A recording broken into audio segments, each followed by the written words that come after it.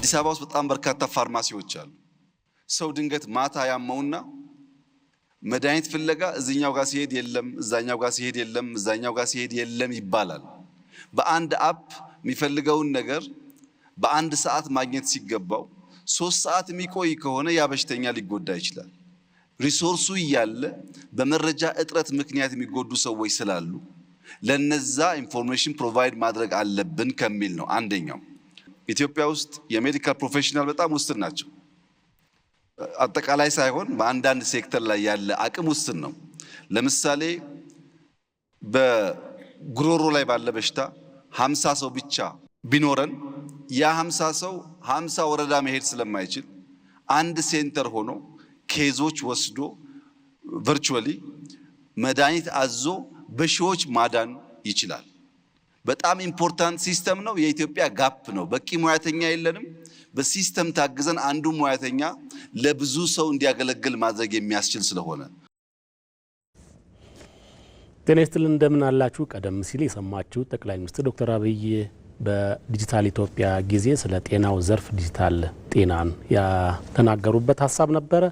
ሳምንታዊ የጤናው በቤት ሆነው እንደምን አላችሁ ዛሬ ከዲጂታል ጤና ጋር በተያያዘ ሰፋ ያለ ሀሳቦችን ወደ እናንተ እናደርሳለን። በ011 274 ላይ ደውሉ። ምላሽና ማብራሪያ ወደ እናንተ የምናደርስ ይሆናል። ከፕሮግራሙ ጋር አማረ ተመስገን አብሬያችሁ ቆይታ አደርጋለሁ። በዚህ ጉዳይ ላይ ማብራሪያ እንዲሰጡኝ በርከት ያሉ እንግዶችን ጋብዣለሁ። ከጤና ሚኒስቴር አቶ ገመችስ እንዲሁም ከአዲስ አበባ ጤና ቢሮ ደግሞ ዶክተር ሙልጌታ እንዲሁም የቴክኖሎጂ ባለሙያ ኢንጂነሩ ባየውን እዚህ ስቱዲዮ ጋብዣለሁ። ሶስታችሁም እንኳን በደህና መጣችሁ። መልካም። እስቲ ዘርዘር ያለ ማስተዋወቅ አስተዋወቁን፣ ስማችሁን ከአቶ ገመችስ ልጀምር። እሺ፣ ስሜ ገመችስ መልካሙ እባላለሁ። በጤና ሚኒስቴር የዲጂታል ጤና መሪ ስራ አስፈጻሚ። መልካም። ኢንጂነሩ ባየሁ ማሞ እባላለሁ፣ የቴክኖሎጂ ባለሙያ። መልካም። ዶክተር ሙልጌታ እንዳለ አዲስ አበባ ጤና ቢሮ ምክትል ቢሮ ኃላፊ ነኝ። በጣም አሪፍ። በድጋሚ እንኳን ደህና መጣችሁ። እንግዲህ በቅርቡ እንደ ሀገር አቀፍ ደረጃ ዲጂታል ኢትዮጵያ 2030 ይፋ ሆኗል። በዛው ጎን ለጎን ደግሞ የጤና ሚኒስቴር ዲጂታል ጤናን በተለይ ጤንነቴ የሚባል የሞባይል መተግበሪያም ይፋ አድርጓል። ቀደም ሲል ይሄን አፕሊኬሽን በእኔ በኩል ስላላወረድኩ እሱን እያወረን ብንጀምር እናንተ ጋር ያለውን መረጃ አላውቅም። ገመችስ የምትለው ሀሳብ አለ? እሺ፣ በጣም ጥሩ። እንግዲህ እንደሚታወቀው በጣም ቅርብ ጊዜ ላይ የዲጂታል ጤና አንዱ ኮምፖነንት የሆነው የጤንነት አፕሊኬሽን እንደ ሀገር ላውንች ተደርጓል። ይሄ አፕሊኬሽን እንግዲህ ሁለት ትላልቅ ስራዎች የሚሰራ ነው። አንደኛው የመድኃኒት ሰርቪሱን መድኃኒት የት ይገኛል በቅርበት ያሉ ፋርማሲዎችን ታካሚዎች በቀላሉ የሚያገኙበት ነው። ሁለተኛ ደግሞ ማንኛውም ሰርቪስ በየጤና ተቋማቱ የሚሰጡትን ሰርቪስ የሚያሳይ ነው። ሰው ይሄንን ሁለቱን አፕ አንድ ላይ የያዘ ፕላትፎርም ነው። ሰው በፕሌይ ስቶር በአፕ ስቶር ላይ ይገኛል። ማንም ሰው ዳውንሎድ አድርጎ መጠቀም የሚችል ሲስተም ነው። እኔም አሁን በቀላሉ ዳውንሎድ እያረኩ ነው። ጤንነቴ በሚል የሚኒስትሪ ኦፍ ሄልዝ ያው ብዙ አፖች አሉ፣ ግን ይሄ ለየት የሚያደርገው የጤና ሚኒስቴር ስም አለበት የራሱ በመሆኑ። ኢንጂነሩ ባየው ከዚህ ጋር በተያያዘ ባለፈው በተካሄደው ከፕሬዝዳንቱ ጋር የነበረን ሽልማትም እያየን ነበርና ከጤንነቴ ጋር ያለ ትስስር ምንድን ነው? ከአፕሊኬሽኑ ጋር በተያያዘ መልካም። እንግዲህ በፕሮግራሙ ላይ ሲካሄድ እንደነበረ እንደተሰማም ያው የክቡር ጠቅላይ ሚኒስትር ዶክተር አብይ አህመድ ሀሳብ አመንጭነት የተሰራ ትልቅ አፕሊኬሽን ነው። ይህ አፕሊኬሽን ተደራሽ የሚያደርገው ሙሉ የኢትዮጵያን ሕዝብ ነው። ያ ማለት ማንኛውም ኢትዮጵያዊ በነጻ አፕሊኬሽኑን አውርዶ በጤንነቴ አፕሊኬሽን አገልግሎት ማግኘት የሚችሉትን ነገር ሁሉ እንዲያገኙ ያግዛቸዋል ማለት ነው። ዓላማውና ውጥን ሀሳቡ ቅድም እንዳልኩት በክቡር ጠቅላይ ሚኒስቴር ተነስቶ ሳለ የመጀመሪያው ዓላማው ምንድነው? ሰዎች በቀላሉ መድኃኒት ማግኘት እንዲችሉ የማድረግ ስራ ነው የሚሰራው ስራ። ግን መድኃኒት ማግኘት ብቻ ሳይሆን አንድ ሰው መድኃኒቱን አቅጣጫውን ቢያቅ ቦታውን ቢያቅ ኪሱ ደግሞ እዛ ሲደርስ ሊያጥረው ይችላል። ስለዚህ ልክ አፕሊኬሽኑ ምን አይነት ቫልዩ አለው? መድኃኒት ማታየት ብቻ ሳይሆን መኖሩን ፕራይሱንም ሳይቀር በደንብ ያሳያል ማለት ነው። ከዛ ባሻገር እንደ ሀገር የሕክምና ተቋማትም በውስጡ አሉ ማለት ነው። እነኚህ የሕክምና ተቋማት ሆስፒታሎችን ጨምሮ ከሚሰጡት አገልግሎት ጭምር አብሮ የያዘ ትልቅ አፕሊኬሽን ነው። አንድ ሰው ለምሳሌ ስትሮክ ቢመጣው ስትሮክ የመጣው ሰው ከ1 ሰዓት እስከ 2 ሰዓት ባለ ጊዜ ውስጥ ይህ ሰውዬ የሕክምና ተቋም ስትሮክ ያለበት የሕክምና ተቋም ላይ መድረስ የሚችል ከሆነ በቀላሉ የመዳን ፕሮባቢሊቲው በጣም ትልቅ ነው የሚሆነው። በቅርብም አንድ አጋጣሚ እንደዚህ ደርሶ ነበርና በኋላ እንደውም ዶክተሩ በዚህ ሰዓት መምጣታቸው 90% የመዳን ፕሮባቢሊቲያቸውን ከፍ እንዳደረገውና ሰውየው በአንድ ወር ውስጥም ቆሞ መሄድ እንደቻሉ ነው ከስትሮክ በኋላ። እና ይሄ ብቻ ሳይሆን ደግሞ እንደ ሀገር ደግሞ ክፍለ ሀገር ክልል ላይ ያሉ ሰዎችንም እንዴት ያካትታል ብለን ስናስብ ጤንነቴ የቴሌ ሴንተር የተዘጋጀለት አፕሊኬሽን ነው። ሰዎች በፈለጉ ሰዓት ደውለው መድኃኒቱ የት እንደሚገኝ ማወቅ የሚችሉበት ፕላትፎርም አለ። ቀጥታ ወደ ሆስፒታሎች ደውለው ሆስፒታሎችን አግኝተው ማናገር የሚችሉበትም ትልቅ ፕላትፎርም አለ ማለት ነው። ስለዚህ ጤንነቴ ከዚህ ባሻገር ደግሞ ማህበረሰቡ ለምሳሌ እንደ ድንገት አንተ ዛሬ በጤንነቴ አፕሊኬሽን ሕክምና ብትፈጽም ሕክምና ስለ መድኃኒት ብትገዛ የዛሬ 10 ዓመት የሆነ መድኃኒት የሆነ በሽታ ቢይዝህ ዶክተሩ ከዚህ ትሬስ አድርጎ ምን አይነት መድኃኒት እንደወሰድክና ያ በሽታ ከዚህ መድኃኒት ከወሰድከው መድኃኒት ጋር ግንኙነት እንዳለው በቀላሉ ትሬስ ማድረግ የሚችልበት ፕላትፎርም አለ። እንደ ሀገር ደግሞ ዳታ ለምሳሌ 200,000 መድኃኒት ፓራስታሞል ቢገባ ለምሳሌ እንደ ሀገር ምን ያህሉ ሰው ነው ፓራስታሞል የተጠቀመው? ያ ማለት ዲማንድ እና ሰፕላይንን ባላንስ የምታደርግበትን ፕላትፎርም ይፈጥራል ማለት ነው። ይሄን ያህል ነገር በጣም ጥሩ። እንዴት ነው የበለጸገው? እንደውም ትንሽ ስለ ቴክኖሎጂ የተወሰነ ሀሳብ መቼ ተጀመረ፣ መቼ አለቀ የሚለውን ብናነሳ። እንግዲህ ጤንነቴ በጤና ሚኒስቴር እና በወጣቶች መሀል በሚገኙ የኢትዮጵያ ወጣቶች መካከል አብሮ በጤና ሚኒስቴር አስተዳደርነት አማካኝነት የበለጸገ አፕሊኬሽን ነው። ኦልሞስት 9 ወራት ያክል የፈጀ አፕሊኬሽን። 9 ወራት የፈጀበትም ዋናው ምክንያት ምንድን ነው? ዳታ ለምሳሌ ፋርማሲዎች ላይ በጣም ብዙ ዳታ ይሰበሰባል። ከዛ በኋላ ከተማ መሰረሩ ትልቅ ሚና ነበረው እዚህ ላይ። እነኚህ እንግዲህ የነኚህ ውጤት ነው የጤንነቴ መወለድ ምክንያት እና የጤንነቴ በእነዚህ ብቻ ሳይሆን አብዛኛው ደስ የሚያሰኘው ነገር በኢትዮጵያ የተሰራ ነው። ምንም አይነት የውጭ አካል ሳይኖር በኢትዮጵያን ብቻ ተሰርቶ ለማህበረሰቡ የበቃ የጤንነት ሰዎች በቀላሉ የሚገለገሉበት አፕሊኬሽን ነው ማለት ነው። ጥሩ። ከጤንነት የሞባይል መተግበሪያ በተጨማሪም ደግሞ የአምቡላንስ አገልግሎትም በዛው ዕለት ይፋ ሆኖ ነበረና 952ም እዛ ላይ የተወሰነ ሀሳብ ተጨምረኛ ተገመች። ያው ኢንጂነሩ ባዩ እንዳነሳው ጤንነቴ አፕሊኬሽን እንግዲህ 3 ትላልቅ ስቴክሆልደሮች የሚጠቀሙበት ትልቅ ሲስተም ነው። አንደኛው የተገልጋዮች ታካሚዎች በቀላሉ መድኃኒት የት ይገኛል ብዙም ርቀት ሳይጓዙ በአፓቸው በቀላሉ የሚያገኙበት ነው። ሁለተኛው ደግሞ የፋርማሲዎቹ ራሳቸው ሲስተማቸውን የስቶክ አውት ማኔጅመንትን ፕሮፐርሊ የሚሰራ ሲስተም ነው። ስለዚህ ለነሱም ትልቅ ጠቀሜታ ነው የሚኖረው። ሶስተኛውና ትልቁ ደግሞ ዴታዎቹን እንደ ሀገር ለመጠቀም ያስችላል። ያው የተሰበሰቡት ዴታዎችን ዲሲሽን ሜከሮች በቀላሉ ይህንን ዴታ እንዲጠቀሙ የሚያደርግ ነው ማለት ነው። በዛው ቀን ላይ እንግዲህ ሁለተኛው ላውንች የተደረገው ሲስተም የአምቡላንስ ዲስፓቺንግ ሲስተም ነው የሚባለው። እሱም በቀላሉ ሰዎች ወደ 633 ደውለው የአምቡላንስ ጥሪ እና በአጭር ጊዜ ውስጥ የአምቡላንስ አገልግሎት እንዲያገኙ የሚያደርግ ሲስተም ነበር። ጥሩ። ይህ ስለ 952 የተወሰነ ሀሳብ ቢጨምሩን። ከዚሁ ከአምቡላንሱ ከድንገተኛ ሕክምና ጋር የተያያዘ ነው ወይስ ራሱን ችሎ የጥሪ ማዕከል ነው? 952 አጠቃላይ ሄልዝ ሲስተሙ ላይ ማንም ሰው ኤኒ ጥያቄዎች ካሉ የሚጠይቅበትና ሰፋ ያለ ሀሳብ ያለበት ነው። ካለው የጤና አኳያ ማንኛውም ጥያቄ ጠይቆ ምላሽ የሚያገኙበት ነው። 633 ግን ዳይሬክትሊ የአምቡላንስ ሲስተም ነው። በቀጥታ የአምቡላንስ አገልግሎት የሚያገኙበት አጭር ቁጥር ነው። ተጨማሪ ደግሞ አፕ አለው። ለበጎ ሚል አፕ ፕሌይ ስቶር ላይ ገብቶ ዳውንሎድ አድርጎ በዛ የተቸገረ ሰው ለኢመርጀንሲ አምቡላንስ መጠቀም ይችላል። በጣም ጥሩ። ዶክተር ሙሉጌታ ዘነጋን መሰለኝ እንደው አዲስ አበባ በተለይ ዲጂታል ጤናን ለማሳደግ እንደው ለመግቢያ ያክል በምን ያክል ተቋማት እየተጀመረ ነው? ምን ደረጃ ላይ የሚለውን እስኪ እናንሳ። እሺ አመሰግናለሁ። ያው አጠቃላይ ይሄ ዲጂታል ሄልዝ ወይም አጠቃላይ በቴክኖሎጂ የታገዙ አገልግሎቶችን በመስጠት ከዚህ በፊትም የቆዩ መረጃ የምንከታተልባቸው እንደ ሀገርም ከጤና ሚኒስቴር ጋር ከሌሎች ሀገሮች ጋር በመሆን አብዛኛው ለምሳሌ የመድኃኒት አቅርቦትን የምንከታተልበት በሁሉም ተቋማቶቻችን እንሰጣለን። የመረጃ የምንለው ሪፖርት የምንቀበልበት ወደ ጤና ሚኒስቴር የምንልክበት የኤችአይቪ የሚባል አለ። እሱም እንደዚያው እንደ ሀገር አለ። በኤችአይቪ በሌሎች እንትኖች ብዙ ቴክኖሎጂን እንጠቀማለን።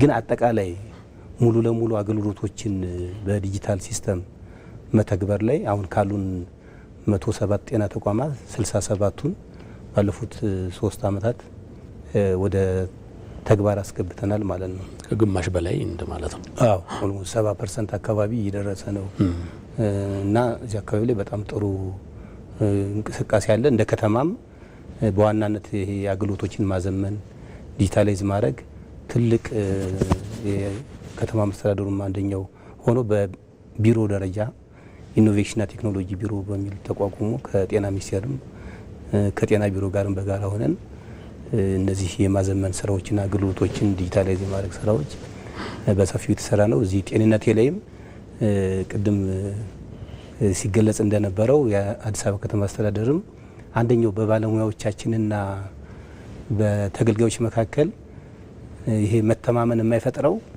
ለምሳሌ ሐኪሞች እዚህ ሄደ ግዛ ሲል ወይ ይጠይቃሉ እኔ አላቅም ሲባል አንዳንዴ በተገልጋይና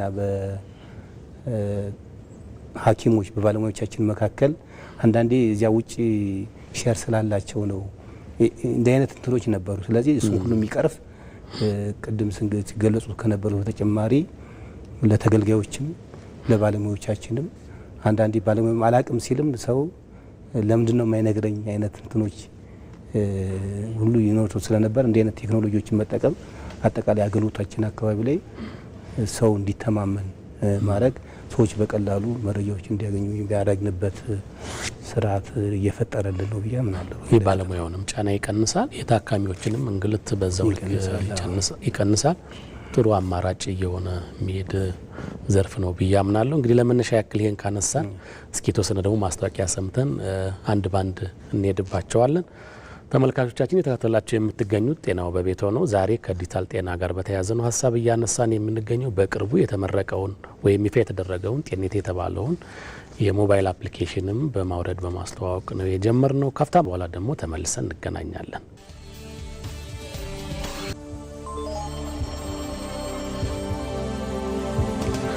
ተመልሰናል። ጤናው በቤት ሆኖ የተከታተላችሁ የምትገኙት ዛሬ ከዲጂታል ጤና ጋር በተያያዘ ነው ሀሳብና አስተያየት እያነሳን የምንገኘው። በ011 274 ላይ ደውሉ።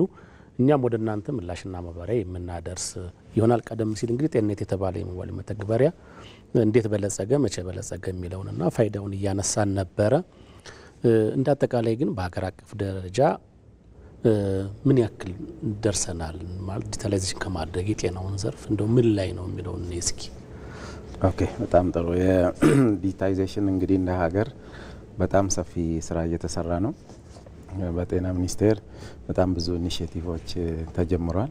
ከጤና ሚኒስቴር ጀምሮ እስከ ቀበሌ ድረስ እስከ ገጠር ቀበሌ ድረስ በጣም ብዙ ስራዎችን እየሰራን እንገኛለን። ከዛ ውስጥ እንግዲህ አንዱ ትልቁ በቀበሌ ደረጃ የተገበር ነው የኤሌክትሮኒክ ኮሚኒቲ ሄልዝ ኢንፎርሜሽን ሲስተም የሚባል ትልቅ ሶፍትዌር አለን። ይሄም ሶፍትዌር በትንሹ ከ9000 በላይ የገጠር ቀበሌዎች ይህንን ሲስተም ጀምረዋል። ሶፍትዌሩ እንግዲህ የጤና ኤክስቴንሽን ሰራተኞች በኮሚኒቲ ደረጃ በማህበረሰብ ደረጃ የሚሰጡትን አገልግሎት የሚያዘምን ሲስተም ነው። እስካሁን ድረስ እንግዲህ ከ30 ሚሊዮን ያላነሱ ፖፑሌሽን በዚህ ሲስተም ተመዝግበው አገልግሎት ማግኘት ጀምረዋል። ከዛ ውጭ እንግዲህ ኤሌክትሮኒክ ሜዲካል ሪከርድ ሲስተም የሚባል በትንሹ ከ140 በላይ የከፍተኛ ሆስፒታሎችና ጤና ጣቢያዎች እየተጠቀሙበት የሚገኝ ትልቅ ሲስተም ነው እና ሂውማን ሪሶርስ ኢንፎርሜሽን ሲስተም ላይ የተለያዩ ፕሮግራሞች ላይ የዲጂታል ሄልት ሲስተም እንደ ሀገር ተተግብሯል። ኢንፍራስትራክቸር ጋር ብናይ ከ4000 በላይ የሆኑ ጤና ተቋማትና የዞን የወረዳ ጤና ቢሮዎች በኔትወርክ ኮኔክት ተደርገው መረጃን እንዲጠቀሙ የሚያስችል ትልቅ ስራ ተሰርቷል ማለት ነው። ስለዚህ እስካሁን ድረስ በጣም ብዙ ኢፈርቶች አሉ። የሆስፒታል፣ የጤና ጣቢያ እንደዚሁም ደግሞ የጤና ኬላ ውስጥ ያሉትን አሰራሮች ለማዘመን በጣም ሰፊ ስራ እየተሰራ ነው ያለው። መልካም። ቅድሙ አዲስ አበባ ላይ ጀምረን ነበረ። በተለይ በርከት ያሉ ተቋማት ወደ ዲጂታላይዜሽን ገብተዋል። ከ70 በመቶ በላይ የጤና ተቋማት። እንደ አጠቃላይ ግን ከተማ አስተዳደሩ በተለይ ይህን ዲጂታላይዜሽን ለማሳደግ አንዳንድ መሰረተ ልማቶችን ከማሟላት አንጻር በተለይ እንደ ኮምፒውተር ያሉ ግብአቶች በጣም አስፈላጊ ናቸው። እነዛን ከማሰራጨት አንጻር እንደው ምን ላይ ነው? ቅድም እንደገለጽኩት አንደኛው ይሄ ስራ በጣም ኃላፊዎች በኃላፊነት ወስደው የሚመሩት እና በትኩረት ተሰጥቶት እየተመራ ያለ ስራ ነው። አገልግሎቶችን ማዘመን የሚለው ማለት ነው። ስለዚህ አጠቃላይ በዚህ ባለፉት 3 አመታት ምንም ካልነበረበት አሁን እዚህ ተቋም ላይ ስንደርስ በልዩ ሁኔታ ድጋፍ ሲደረግ ነበር። አንደኛው ነባር ጤና ተቋማት በባህሪያቸው ለዲጂታላይዜሽን ምቹ አይደሉም። ሲገነቡ ጀምሮ ክፍሎቹ፣ ህንፃዎቹ አጠቃላይ ይሄ ኔትወርክ ዝርጋታውን ጨምሮ ግብዓቶችን ከመሟላት በተጨማሪ በጣም ጉልበት እና ሀብት የሚጠይቅ ነው። ከዚህ በፊትም የለማ ሲስተምም አልነበረም። ይህን ሲስተሞቹንም እንደዚሁ ማልማት ላይ በጣም ቀን ከሌት እየተመራ ክትትል እየተደረገ ያው ጤና ሚኒስቴር ባወጣው የዲጂታል ሄልዝ ፕሪንት መሰረት በከተማ መስተዳደሩ ደግሞ በኢኖቬሽንና ቴክኖሎጂ ቢሮ ጋር በጋራ በመሆን እነዚህን ሲስተሞችን ማልማት ያስፈልጋል። ከዚያ ጎን ለጎን ደግሞ ጤና በባህሪው በጣም ብዙ አገልግሎቶች ነው ያሉ። እያንዳንዱ ሰው ሲመጣ የራሱ የሆነ እያንዳንዱ አገልግሎት ላይ በጣም ብዙ የሚፈለጉ መረጃዎች አሉ እና አንድን ሆስፒታል፣ አንድን ጤና ጣቢያ ሙሉ ለሙሉ ወደ ዲጂታል ለማስገባት በጣም ብዙ ግብዓት ይፈልጋል። ብዙ የሚያስፈልገው ኮምፒውተር እያንዳንዱ ክፍል ላይ አንዳንዴ በአንድ ሰዓት ውስጥ 30-40 ኮምፒውተሮች ስራ የሚሰሩበት ትልቅ ሰርቨር የሚፈልግ በጣም ትልቅ ነው። ስለዚህ ይህን ያህል ጤና ተቋማት ወደ ሲስተም ለማምጣት እንግዲህ በጣም በትልቁ ከተማ መስተዳደሩ በልዩ ሁኔታ ግብዓቶችን በጀት በመመደብ ማለት ነው በልዩ ሁኔታ ግብዓቶቹን በማሟላት ጤና ተቋማቶቻችንም በልዩ ሁኔታ የነበረ አንዳንዱ ቴክኖሎጂ ስጋት ያለባቸው ከባለሙያዎች ጀምሮ ሰራተኞች ጀምሮ የነበረበትን ነገር በጣም በተለያዩ ድጋፍ በማድረግ ነው ይሄ ውጤት የመጣ። ስለዚህ የኮምፒውተር ዋጋቸው ውድም ቢሆንም በጣም ግዢ ፕሮሰሱም ረጅም ቢሆንም ግን ደግሞ በልዩ ሁኔታ ስለተመራ ነው አሁን ውስጥ ወደ በከተማችን ያሉ ጤና ተቋማት 70% ወደ እዚህ ሲስተም አስገብተናል ማለት ነው። ከዚያ ቀጣይ አሁንም በልዩ ሁኔታ በዚህ አመትም እንደሚታወቀው ሁሉንም 100% ዲጂታል ማድረግ እቅድ ይዘን እየሰራን ያለበት ሁኔታ ያለ ይሄ ነው ያለው እንደ ከተማ። መልካም ኢንጂነር ውባየውስ ምናልባት እንግዲህ አሁን ከጤናውን ዘርፍ ከማገዝ አንጻር በቴክኖሎጂ የተለያዩ አፕሊኬሽኖችን በማበልጸግ እየሰራችሁ ነው። ሌሎች አፖች አሉ ወይ? ሌሎች ይህን ዘርፍ የሚያግዙ ቴክኖሎጂዎች አሉ ወይ? ቀጣይነት አለው ወይ የሚለውን ሀሳብ እናንሳ። አመሰግናለሁ። እንግዲህ ዲጂታል ሄልዝን ስናነሳ ሰዎች በቀላል ማየት የለባቸውም የሚል እምነት አለኝ። ምክንያቱም ዲጂታል ወርልድ ነው አሁን ያለ ነው። ዓለም አንድ ወደ ሆነችበት አጋጣሚ እየመጣን ያለ ነውና ባደጉት ሀገራት ላይ ሄደ የምታየው የሕክምና ተቋማት አርት በጣም ነው የሚያስገርመው። የሰው ልጅ በጣም የሚደንቅ ነገር ምግብ ሳይበላ መተኛት ሊችል ይችላል። ታሞ ግን መድኃኒት ካጣ ሬስትለስ ነው። ምን ያህል እንደምንሰቃይ በሰዎች ዘንድ ማየት እንችላለን። ለዚህ ታሳቢ የማደርግልን ነገር እንደ ድንገት ወደ ሌሊት 7 ሰዓት አካባቢ በጣም አውቀው ሰው ስልክ ይደውልልኛል ወደ እኔ። እናትየው በጣም ታማለችና የተፈለገ መድኃኒት ነበረ፣ የተፈለገ ሕክምና ነበር። በዛ ሰዓት ያ ልጅ የትኛው ፋርማሲ ክፍት ይሁን፣ የትኛው ሆስፒታል ክፍት ይሁን፣ ምንድነው ያመማት የሚለውንም ማወቅ ይቸግራል። ስለዚህ የመጀመሪያው ስራው ሊሆን የሚችለው ምንድነው የሰውዬ መኪና ካለው መኪናውን ይዞ ከተማውን ሲዞር ሊያድር ነው ማለት ነው። ነገር ግን ደስ የሚለው እናትየው ሆስፒታል ነች ያለችውና ከዛ ሆስፒታል የሚፈለጉ ነገሮች ያስፈልጋሉ። ለማከሚያም የሰርጂካል እቃዎች ያስፈልጋሉ። እነኚህን አምጡ ተባሉ። የዚህ ጊዜ ነው እንግዲህ አብረን በጣም ቀርበው ስለነበረ ሞከርን። ከተማውን ዞርን፣ አየን፣ አጣን። እናትየው በሽታው መዳን ሲኖርባት የተወሰነ ድረስ ዳነ፣ የተወሰነ ድረስ ተጎዳች። ይሄ ጤንነት አፕሊኬሽን እንደ ግለሰብ ብቻ ሳይሆን እንደ ሀገር ሰዎች የሚፈልጉትን ነገር ይሄ እንደ ቤዚክ ኔሴሲቲ ነው መታየት ያለበት። በአሁኑ ሰዓት ከ4 ሚሊዮን በላይ ሰዎች ቪው አድርገው የተጠቀሙት ነው ያሉት አፕሊኬሽኑ። እንዳልኩ ነው ምግብ ሲያስፈልግ ልትተው ትችላለህ፣ ልታልፍ ትችላለህ። ይሄን ግን አታልፍም። ሐኪሞች መድኃኒት ሲጽፉ እኮ ኢትዮጵያ ውስጥ መድኃኒቱ ይኑር አይኑር አያውቁም። አሁን እኮ ይሄ ሰው ምናልባት ሊመስለው የሚችለው ለጤናው ዘርፍ ብቻ ሊመስለው ይችላል። የጤናውንም ዘርፍ ኃላፊዎች ዶክተሮቹንም ሳይቀር የገላገለ ትልቅ አፕሊኬሽን ነውና እንደ ዘርፍ እንደ ሕክምና ዘርፍ ብቻ ሳይሆን በተለያዩ ሴክተሮች ላይ ቴክኖሎጂዎች በጣም እየተንሰራፉ ነው ያሉት። ግን ደግሞ ወዴት መምጣት አለባቸው? ሶፍትዌር ፕላስ ሃርድዌር መደረግ አለበት። ወደዛኛው ወርልድ ነው መግባት ያለበት። ደግሞ አሁን ሶፍትዌር ዴቨሎፐሮች በጣም የበዙ ነው ያሉት እንደ ሀገርና በዛ ልክ ደግሞ እነኚህ ሃርድዌር ተጨምሮ አንድ ላይ ኢንተግሬት ሲደረጉ የተሻለ ነገር ይመጣል። እንደ ጤና ተቋም ግን እንደ ዲጂታል የምታይ ከሆነ አብዛኛው ማህበረሰብ መድኃኒት ብቻ ሳይሆን የሚፈልገው ሆስፒታልም ጭምር ይፈልጋሉ። የት ላሳክመው የምትልበት ጊዜ መኖር የለበትም።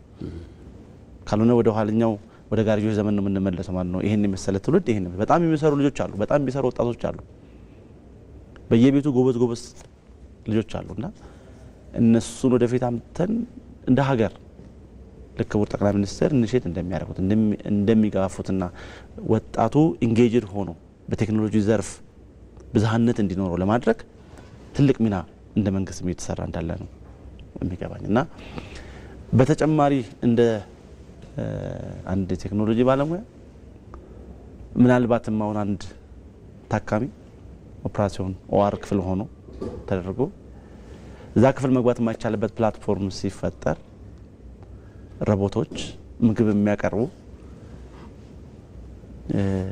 የሰውን ድርሻ ሙሉ በሙሉ ባይወጡ እንኳን 90% መወጣት የሚችሉ ሮቦቶችን እያሰብንና ከማሰብን ባሻገር አልፈን ወደ ተግባር ለመግባት ያጠናቀቅም ነው ብዬ ለመናገር ድፍረት አይሆንብኝ ብዬ አምናለሁ። ከማን ጋር ነው ይሄ ነገር የሚለው ያው እንደ ስራው ያው ከማውራት ያው ስራው ሲወጣና ሲታይ የተሻለ ቢሆን ብዬ አምናለሁ። ግን አብዛኛው ቦታ ላይ የሰዎች ንክኪ በማይፈልጉበት ቦታ ላይ ስፔሻሊ በሕክምና ተቋም ላይ ከዛም አልፈ ደግሞ በትላልቅ ሆቴሎች ላይ ጭምር እነኚህ ሮቦቶች ማገልገል የሚችሉበትን ፕላትፎርም ለመፍጠር እየሰራን እንገኛለን። በእኛው ባለሙያዎች ምክንያቱም ለቀደም ያልኩ ለዚህ ነው ሃርድዌር ፕላስ ሶፍትዌር አንድ ላይ ኢንተግሬት የሚደረግበት ፕላትፎርም። ሀገር ከኛ ብዙ ትጠብቃለች፣ ወጣት ብዙ ትጠብቃለች። መስጠትን መልመድ ይኖርብናል፣ ማገዝን መልመድ ይኖርብናል። ምክንያቱም ቀሪው ዓለም ከዚህ ወዲህ ወደ ቴክኖሎጂ የምንሄድበት ራሳችን የምናዘምንበት ወደ ተሻለ ደረጃ የምንሄድበት እናቶች በአሁን ሰዓት ጤንነትን አፕሊኬሽን ሲጠቀሙ እናያለን። እውነት ነው የምነግርና which is like ይሄ አንድ አመት አይደለም፣ ይሄ 5 አመት ትራንስፎርሜሽኑ የዲጂታል ትራንስፎርሜሽኑ እንዴት ነው ከዚህ ወደዚህ አትለውም። በጣም በፈጣን ሁኔታ ነው እየበረረ ያለውና ግን እንዴት አድርገን ያንን ጋፕ አድርገን ዩዜጅ መጠቀም የምንችልበት ደረጃ ድረስ እያመጣን የምንሄድበትን ፕላትፎርም እንፈጥራለን። ራሱን የቻለ ትልቅ ጥያቄ ሆኗል። ግን እንደ ሀገር በጣም አመርቂ ስራ ወጣቱ በጣም የሚሳተፍበት ቤቱ ቁጭ ብሎ ቴክኖሎጂ የሚሰሩበት ሶፍትዌር ዴቨሎፕ የሚያደርጉበት በጣም የሚደንቅ ጊዜ ላይ ነውና እነኚህ ግን ሶፍት ስኪል ይሄ ቴክኖሎጂ ሶፍት ስኪል በደንብ አስፈላጊ ነው። ከኮዲንግ ባሻገር ወደ ስራ ተገብቶ የሚሰሩበት ፕላትፎርሞች እንዲኖሩ በጣም እመኛለሁ። ምኞቴም ነው። እንግዲህ በቅርቡ የሚወጣውን ደግሞ በጋራ የምናይ ይሆናል። ይሄን ያለው ባለፈው ጤንነት የሞባይል መተግበሪያ ይፋ ሲደረግ ዶክተር መቅደስ ከኛ ከኢቲቪ ጋር ቆይታ አድርገው ነበረ። እንደው የእሳቸውንም ሀሳብ በዚሁ አጋጣሚ ሰምተን ብንመለስ። ተመልካቾቻችን የተካተላችሁ የምትገኙት ጤናው በቤቶ ነው። ዛሬ ከዲጂታል ሄልዝ ጋር በተያያዘ እያነሳን ነው የምንገኘው። ባለፈው ጤንነቴ ሞባይል መተግበሪያ ይፋ ሲደረግ የጤና ሚኒስትሯ ዶክተር መቅደስ ዳባ ያደረጉት ቆይታ ነበረ። እሱን ደግሞ ተከታትለን እንመለሳለን።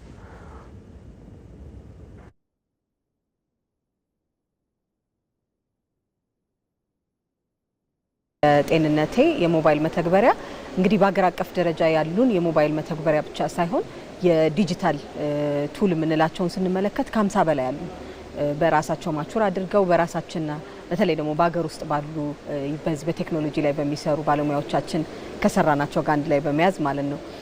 እንደ ኢትዮጵያ እንግዲህ ከ2000 ዓመተ ምህረት ጀምሮ ነው ብዙ ነገሮቻችንን ወደ ዲጂታል ነገር የጀመርንበት።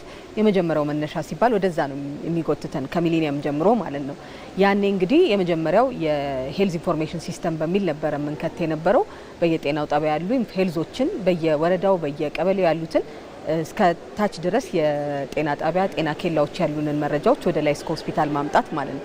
ያኔ ማስፋፋት ስራ በአገር አቀፍ ደረጃ እየሰራን ቆይተን ዛሬ ላይ ደግሞ ያስመረቅ ነው ክቡር ፕሬዚደንት ታዬ አጽቀሥላሴ በተገኙበት እንዲሁም የክልል ርዕሰ መስተዳድሮች ክብርት ከንቲባን በተገኙበት የተመረቀው ይህ በአገር ውስጥ የለማ በተለይ ደግሞ በሀገራችን ውስጥ ብዙ ጊዜ የምንቸገረው በሀገር ውስጥ የለማ የሀገርን ሴኩሪቲ የሀገርን የመረጃ ደህንነት የተጠበቀበት መልክ የሆነ መረጃዎችን ለህብረተሰባችን ማድረስ ነው። ከዛ አንጻር ይህንን የመተግበሪያ በሞባይል መተግበሪያ እንግዲህ በአዲስ አበባ ወደ ከ1700 በላይ የሚሆኑ ጤና ተቋሞች በተለይ አሁን በመጀመሪያ በመድኃኒት ቤቶች ነው የጀመርነው። መድኃኒት ቤቶች በተለይ ከከተማ መስፋፋት ከተለያዩ ስራዎች አንጻር እንደምናውቀው የተለያዩ መድኃኒት ቤቶች የት አለ እያለ ብዙ ሰው ይጠይቃል። ክቡር ጠቅላይ ሚኒስትር ዶክተር አብይ አህመድ ደግሞ ይህንን የመተግበሪያ ቱል ለፋርማሲዎችና ለመድኃኒቶች ብቻ ሳይሆን የጤና መረጃዎችን ህብረተሰቡ በሚፈልግበት ጊዜ ዛሬ አዲስ አበባ ላይ እንደማስነሻ እንደመነሻ ብለን የጀመርነው ቢሆንም በሁሉም ክልሎች እንዲተገበር የመጀመሪያው እንግዲህ የዲጂታል ስትራቴጂያችን የሀገር ዲጂታል ስትራቴጂያችንን በጤና ውስጥ እንደገና አስፋፍተን የምንሄድበት ይሆናል ማለት ነው። በዚህ ሰዓት ወደ ከ260 በላይ የሆኑ መድኃኒት አይነቶችን በውስጡ መዝግበን ይዘንበታል። በመድኃኒት ቤቶች አንጻር ከ1700 በላይ መድኃኒት ቤቶች በዚህኛው ተመዝግበዋል። ይህ እንግዲህ የመድኃኒት ቤቶቹንም የመድኃኒት መረጃ መያዝን ያፋጥናል። ከዛ በተጨማሪ ደግሞ በሆስፒታል ደረጃ ቀጣይ ትልቁ የሚሆነው ስራችን አሁንም ደግሞ የገቡበት ከ133 በላይ ጤና ተቋማት ተመዝግበዋል። ለወደፊት ህብረተሰቡ የትኛውን ሕክምና የቱ ጋር አገኛለሁ ሲል በአንድ በመረጃ በተለይ ደግሞ በአገር አቀፍ መረጃ ውስጥ ማግኘት ይችላል ማለት ነው። ይህ እንግዲህ የተፋጠነ ደህንነቱም ደግሞ የተጠበቀ በተለይ ደግሞ መረጃዎቻችን ትክክለኛ የሆኑ ለህብረተሰባችን ለማድረስ ያግዘናል ማለት ነው። ቀጣይ ዋና ስራችን የሚሆነው ይህንን በዚህ እንደጀመር ነው በሌሎች በመሶ በሌሎች የአገልግሎት መስኮቶች እንደጀመር ነው በአገር አቀፍ ደረጃ የማስፋፋት ስራችንን እንቀጥላለን። ይህ እንግዲህ ክቡር ጠቅላይ ሚኒስትር በሀሳብ አመንጭነት እንዲሁም ደግሞ በሀገር ውስጥ ይህንን በሚሰሩ በተለይ በታዳጊ ወጣቶች በእነሱ ውስጥ አብሮ የተሰራ ነው። ከመረጃ ደህንነት እንዲሁም ደግሞ ከየትኛውም ከሚመጡ መረጃዎች አንጻር ህብረተሰቡ ነፃ ሆኖ አገልግሎቶችን እንዲያገኝ ይደረጋል። ዛሬ ከዚህ ጋር 3 ሌሎች ነገሮችን ለህብረተሰቡ አምጥተናል። ከዚህ በፊት በ952 የጤና መረጃ በሀገር አቀፍ ደረጃ ህብረተሰቡ የሚያገኝበት አለ። ያንን በ5 ቋንቋዎች ህብረተሰቡ መረጃዎችን የጤና መረጃዎችን ደህንነቱ በተጠበቀ ሴኩርድ በሆነ ማለት ነው ምንም አይነት ስምን ሌላ ነገርን በማያወጣና በጣም ነፃ ሆኖ ህብረተሰብ መረጃ እንዲያገኝ ይደረጋል። ሌላኛው ደግሞ ለበጎ የምንለው የአምቡላንስ አገልግሎት ነው። ይህም በአዲስ አበባ ጀምረናል። በሌሎች ክልሎችም የሚቀጥል ነው። ከአዲስ አበባ የጤና ቢሮ ጋር እንዲሁም ደግሞ ከእሳት አደጋ ጋር ከዚህ በፊት የጀመሩ ስራዎች አሉ። በ633 የሞባይል ቀጥታ መደወያ መስመር በስልክ መስመር ደውሎ ህብረተሰቡ ይህን ማግኘት ይችላል ማለት ነው። መልካም እንግዲህ ዶክተር መቅደስ ዳባ ቀደም ሲል በተለይ ጤንነት ይፋ ሲሆን ያደረሱን ሀሳብ ነበር ከኢቲቪ ኤክስክሉሲቭ ቆይታ ነበራቸውና እንዳጠቃላይ ግን ዲጂታል ሄልዝን ከዲጂታል ኢትዮጵያ ጋር በማቀናጀት ለማሳደግ የተዘረጉ ያሉ መሰረተ ልማቶች ምንድን ናቸው? ምን ላይ ናቸው የሚለውን እናንሳ። በጣም ጥሩ። እንግዲህ ዲጂታል ሄልዝ አብዛኛው የቴክኖሎጂ ኢኩፕመንት ነው የሚፈልገው፣ ኢንፍራስትራክቸር ይፈልጋል። ስለዚህ ይሄንን እንደ ሀገር ኢንፍራስትራክቸር የማስፋት ስራ ላይ በጣም ሰፊ ስራ ተሰርቷል። ቅድም ትንሹ እንዳነሳሁት ከ4000 በላይ ጤና ተቋማትን ከኢትዮ ቴሌኮም ጋር በመሆን እርስ በርስ የማስተሳሰር ስራዎች ተሰርተዋል። በቅርቡ ደግሞ ሴንትራላይዝድ የሆነ ሲስተም እንደ ሀገር ዩኒፋይድ የሆነ ሲስተም ለመጀመር ፕላን ስላለን ያንን የሚመጥን ደግሞ በጣም ሮቦስት የሆነ ዩኒፋይድ የሆነ ሲስተም የሚሸከም አይነት ኔትወርክ SD1 የሚባል ፕሮጀክት እየሰራን ነው። በጣም ሰፊና ትልቅ ስራ እየተሰራ ነው። ከዛ ውጭ እንግዲህ የጤና ተቋማትን የውስጥ ኔትወርክ በኮምፒውተር የማደራጀት እንደዚሁም ደግሞ ታብሌት እና መሰል ጋጀቶችን ሰፖርት በማድረግ የአጠቃላይ ትግበራው በተሻለ መንገድ እንዲሄድ በጣም ሰፊ ስራ እየተሰራ ነው የሚገኘው። ብዙ ተቋማትን እንደግፋለን። በኮምፒውተር ታብሌቶችን ገዝተን እንሰጣለን።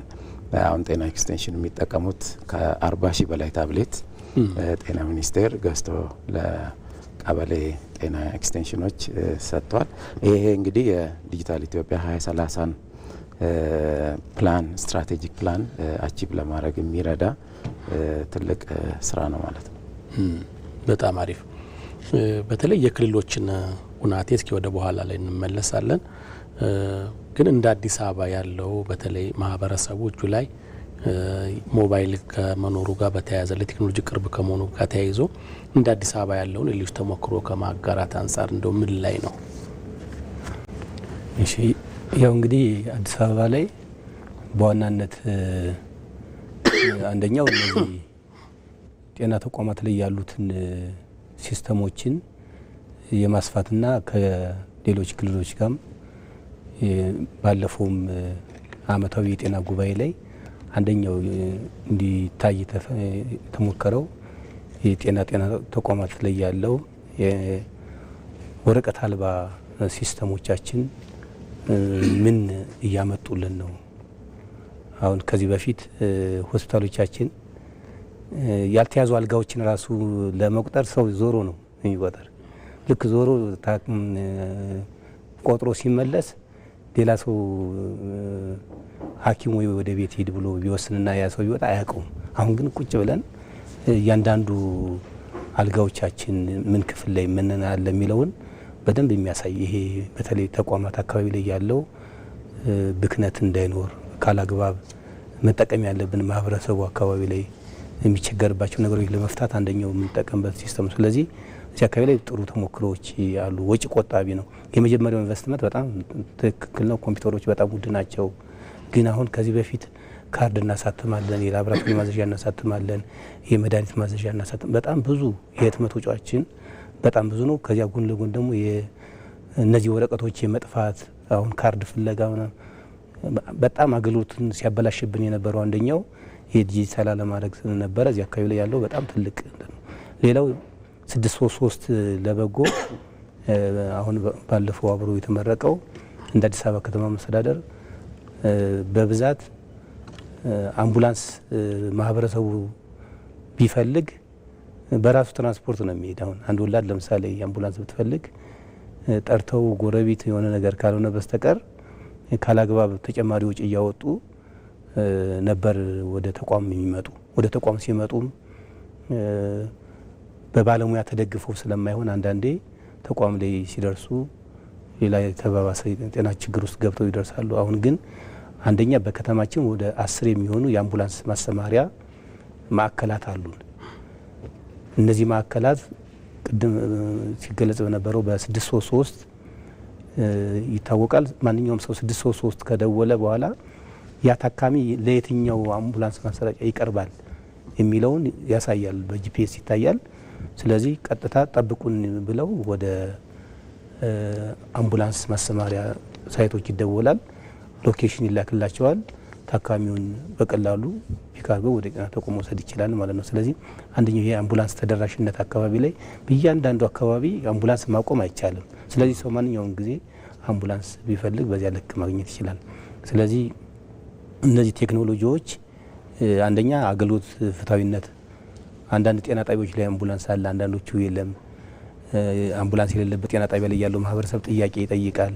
አምቡላንስ ደግሞ ያላቸው ደግሞ ሁሌ ስለማይጠቀሙ አምቡላንሶች ላልሆነ ሌላ ተግባሩ ሊጠቀሙበት የነበረውን ነገር በጣም ስለዚህ ቴክኖሎጂ አንደኛው ይሄ አክሰስ ወይም ተደራሽነት የአምቡላንስ ተደራሽነትን አሁን ሁሉም ቦታ ላይ አምቡላንስ በማቆም ሳይሆን ቴክኖሎጂ በመጠቀማችን አምቡላንስ በቀላሉ ሰው ደውሎ ሲፈልግ መውሰድ ይችላል ማለት ነው።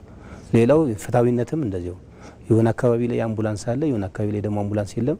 አምቡላንስ ያላቸው ማህበረሰቡ ይጠቀማሉ። እንዲህ አይነት ችግሮችን መፍታት ነው። ከዚያ ማህበረሰቡ አካባቢ ደግሞ ያው መተማመን በጤና ስርዓታችን አጠቃላይ በምንሰጠው አገልግሎትም ደስተኛ እንዲሆኑ ማድረግ ነገር ቴክኖሎጂ አንደኛው ሚናው ስለሆነ በዚያ ልክ ለውጥ ማምጣት የሚችሉ በተግባርም ደግሞ በጣም ወጪ እየቆጠበ ነው። ድሮ አምቡላንስ ለማስጠገን አምቡላንስ ነዳጅ ለመሙላት አምቡላንሶች ያላቸውን እንቅስቃሴ ማወቅ ራሱ የማይቻልበት የነበረውን አሁን ማስተካከል የቻልንበት ነው ብዬ አምናለሁ። ስለዚህ እንደዚህ አይነት ኤክስፔሪንሶች ወይም ልምዶች በክልሎችም በተለያዩ አጋጣሚዎች በተለያዩ ስራዎች ሲገመገሙ ልምዶች መጥተውም እዚህ የሚያዩበት ያደረግን ያለንበት ሁኔታ ነው ያለ ማለት ነው። በጣም ጥሩ። እሺ ምናልባት የዲጂታል ኢትዮጵያና የዲጂታል ሄልዝ እንዴት ነው የሚለው እሳቤ ያው ዲጂታል ኢትዮጵያ ስንል ያው ናሽናል የሆነ ኢኒሼቲቭ ነው፣ ናሽናል የሆነ ሀገራዊ ኢኒሼቲቭ ነውና ዲጂታል ሄልዝ ስትል ደግሞ አዘ ሴክተር ነው መታው። አሁን ለምሳሌ በጤንነት ላይ ብትነሳ ናሽናል የሚለውን አኳየር ለማድረግ አሁን በየክልሎች በጣም ስራ የተሰራ ነው። ያ ማለት በየክልል ደረጃ ጤንነቴ ኢምፕሊመንት ይደረጋል ማለት ነው። በራሳቸው ቋንቋ በራሳቸው አፕሊኬሽን መደብ ባላቸው በራሳቸው ሲስተም ኢምፕሊመንት ይደረጋል ማለት ነው። እንደዚህ ስናደርገው ምን ሆነ ማለት ነው? ልክ ናሽናል ሆነ ማለት ነው፣ ሀገራዊ ሆነ ማለት ነው። እያንዳንዱ ክልል ጤንነቴን ኦውን አረገው ማለት ሀገራዊ አረግ ነው ማለት ነው። ግን መረዳት ያለብን ምንድነው አዘ ዲጂታል ሄልዝ ስናይ ብዙ ነገር ለምሳሌ አፋር ያለ ሰው ልክ ጤንነት አፕሊኬሽን ሲታሰብ እኔ ነገ እርገት አለው ይሄ ነገር ለምሳሌ እርገት አለው ስን ምንድነው ልክ ወንድሜ እንዳለው ዶክተር እንዳለው አልጋ ለመያዝ ከአፋር ሆኖ የሕክምና ሴክተሩ አዲስ አበባ ቢሆን ያለምንም እንከን በስልኩ ወይ በስልክ ደውሎ አልጋ ሬጅስተር ማድረግ ይችላል። ብዙ ሰዎች ከክልል መጥተው ለምሳሌ አዲስ አበባ ላይ አንድ ገበሬ ወይ ደግሞ አንድ አርሶ አደር ገንዘቡን የሚጨርሰው አልጋ እስኪያገኝ ድረስ ሆቴል፣ ይሄን መቅረፍ የሚችል ነው። አሁን ናሽናል ሆነ። አያችሁ አሁን እንዴት እንደሆነ እንደ ሀገር ሆነ። አዲስ አበባ ውስጥ ተደራሽ ነው ማለት ነው። መልካም አስተዳደር ማለት ይሄ ነው። ከየትኛውም ክልል ሆኖ ማግኘት የሚገባውን ሕክምናን ማግኘት መብት ነው። በነገራችን ላይ አለማግኘት ነው መብት ማይሆን። ስለዚህ ከየትኛውም ክልል ላይ ሆኖ ይፈልገውን አገልግሎት ማግኘት ይችላል ማለት ነው። አንድም ሐኪም በዘመናዊ መልክ ለምሳሌ ባደጉት ሀገር ላይ ወረቀት የሚባል ነገር የለም። ይሄ ዲጂታል ወርልድ የምትለው ነገር የሚመጣው ለዚህ ነው። አንድ ሐኪም ካከመ በኋላ የራሱ የሆነ ፕራይቬት የሆነ አካውንት አለው ታካሚው። ስለዚህ የሚፈልገውን መድኃኒት እንኳን ቢያዝለት ኤምአርአይ በለው የፈለገው መድኃኒት ይዘዝለት ምርመራም ይዘዝለት ቀጥታ ወደ ሲስተሙ ነው የሚልከው። ይሄ ሰውዬ ሲስተሙ ላይ ቁጥሩን ይዞ ፋርማሲ ሲሄድ ኦልሬዲ ከሕክምናው ተቋም ጋር ፋርማሲው ኢንተግሬትድ ነው። ዲስ ዋት ዲጂታል ወርልድ ይሄ ነው። ስለዚህ ምንም ሳይቸገር ወረቀት ሳይኖረው በቀላሉ በቴሌብር አማካኝነት ወይ ደግሞ በየትኛውም ባንክ አማካኝነት ሲስተሙ ያን ሁሉ አፎርድ ያደርጋል። ጤንነቴ ሲስተም የትኛውንም የገንዘብ መክፈያ አማራጮችን ይጠቀማል። ባለው እዛው ከፍሎ መድኃኒት መውሰድ ይችላል ማለት ኦንላይን ከቤቱ ቁጭ ብሎ ኦርደር ማድረግ ይችላል። ዘ ኦንሊ ቲንግ እሱ መሄድ ስለሚጠበቅበትና ፊዚካሊ አይዲ ማግኘት ስለሚጠበቅበት ለማታየት ነው። ለምሳሌ የሆነ ሰዓት ላይ ካያችሁ መድኃኒቶች በጣም ሃይ ፒክ ይወጣሉ፣ ይወደዳሉ። ለምን የሚወደዱ ይመስላችኋል? ነጋዴው ወዴት ሄዷል? የትኛው መድኃኒት የትኛው ጋር ስኬርስ እንደሚያደርግ የትኛው ጋር የትኛው ወር ላይ እጥረት እንደሚኖረው በቀላሉ ይረዳል። ስለዚህ እነኚህን ገዝቶ የማስቀመጥና ወይ ደግሞ ደብቆ የማስቀመጥና በኋላ ላይ ግን እነኛ ሰዎች ልካየ አሁን እኮ በቃ ማን ተዛዘነበት ዘመን ደረስ ነው የሚመስለው። በኋላ ምን ያደርጋል? በውድ ዋጋ እጥፍ 3 እጥፍ 2 እጥፍ አድርጎ ይሸጠዋል ለመድኃኒት። አሁን ግን ያን ማድረግ አይችልም። ምክንያቱም ማንኛውም መድኃኒት ሲገባ ሬጅስተር ተደርጎ ጤንነት አፕሊኬሽን ላይ በጤና ሚኒስቴር አማካኝነት ሬጅስተር ይደረጋል። ስለዚህ አንድ መድኃኒት ሲሰጥ የገዛው ሰውዬ ማንነቱ ይታወቃል፣ ለምን እንደገዛ ይታወቃል፣ ማን ሄዶ ፒክ እንዳደረገው ይታወቃል። ስለዚህ ይሄንን ሁሉ ነው የሚያስቀረው። ከዚህ ባሻገር በጣም እንድትረዱ የምፈልገው ምንድነው እንደ ሀገር መድኃኒቶች ወደዚህ በሚገቡበት ጊዜ ምን ያህሉ ሰው ይሄ አሁን ከአንድ ዓመት በኋላ ምን ያህሉ ሰው ምን አይነት መድኃኒት እንደተጠቀመ ምን ያህሉ ሰው ደግሞ ምን አይነት መድኃኒት እንደማያስፈልገን መቅረት ያለበት መድኃኒት የትኛው ነው ይለይል። ለምሳሌ ፓራሲታሞል በጣም ብዙ ሰው የሚጠቀም ከሆነ ለምን ወጣቶች የምታይ ከሆነ አብዛኛው ትምህርት ቤት ውስጥ ብትሄድ አሁን መድኃኒት ፈጅቶ እስከ መጠቀም ደርሰዋልና እኔ በጣም የሚደንቀኝ ወስደው ያንን ልክ እንደ ሲጋራ እንደሚጠቀሙበት ፕላትፎርም ላይ ደረስንበት ጊዜ አለ። በትምህርት ቤቶቹ ብታይ ከሆነ እንደዚህ ይፈጠራል። ለአንዳንድ ጥናቶች መነሻ ይሆናል በጣም ለምሁራን ግብአት ቤዚክ የሆነ ዳታ ይኖራል። ስለዚህ ልክ ከአንድ ዓመት በኋላ እንደ ሀገር የምናስገባው መድኃኒት እናውቃለን፣ እንደ ሀገር የምናስወጣው መድኃኒት እናውቃለን ማለት ነው። ስለዚህ ዌስቴጅ የምትለው ነገር አይኖርንም ማለት ነው። ስለዚህ እሱ ብቻ አይደለም፣ እንደ ህዝብ በማህበረሰብ ደረጃ ምን ያክሉ ህዝብ ነው ብዙ በሽታ ያለበት ተመሳሳይ በሽታ ያለበት። ስለዚህ መድኃኒቱን አወቅ ማለት ኢንዳይሬክት ወይ በሽታውን አወቅ ማለት ነው ይዛን ሰው። ስለዚህ እንደ ማህበረሰብም የትኛው በሽታ ነው በኢትዮጵያ ደረጃ ላይ ትልቅ ቦታ ያለው የትኛው መድኃኒት ምን ላይ ነው መሰራት ያለበት ጥናት ተሰርቶ ዶክተሮች ምን ላይ ነው መመረቅ ያለባቸው። የኢትዮጵያ ችግር ምንድነው? በሽታ ውስጥ ትልቁ በሽታ ምንድነው? ማላሪያ ከሆነ ብዙ የማላሪያ መድኃኒት ሰው ይጠቀማል ማለት ነው። ኦልሬዲ ያገኘው ማለት ነው። ስለዚህ ይሄ ኢኒሼቲቭ ይሄ ስራ በጣም ብዙ ጥያቄዎችን መመለስ የሚችል ለብዙ ጥያቄዎች መፍትሄ መሆን የሚችል ነውና በዛ ልክ ነው መታሰብ ያለበት። በመጨረሻም በቀጣይ ምን መደረግ አለበት፣ ምን ይጠበቃል የሚለውን በተለይ እንደዚህ የዲጂታል ሄልስ ዲጂታል ኢትዮጵያ የሚሉትን ነገሮች ለህብረተሰቡ ከማስተዋወቅ አንጻር ተደራሽ ከማድረግ አንጻር ምን ይጠበቃል የሚለውን እስኪ እናንሳ።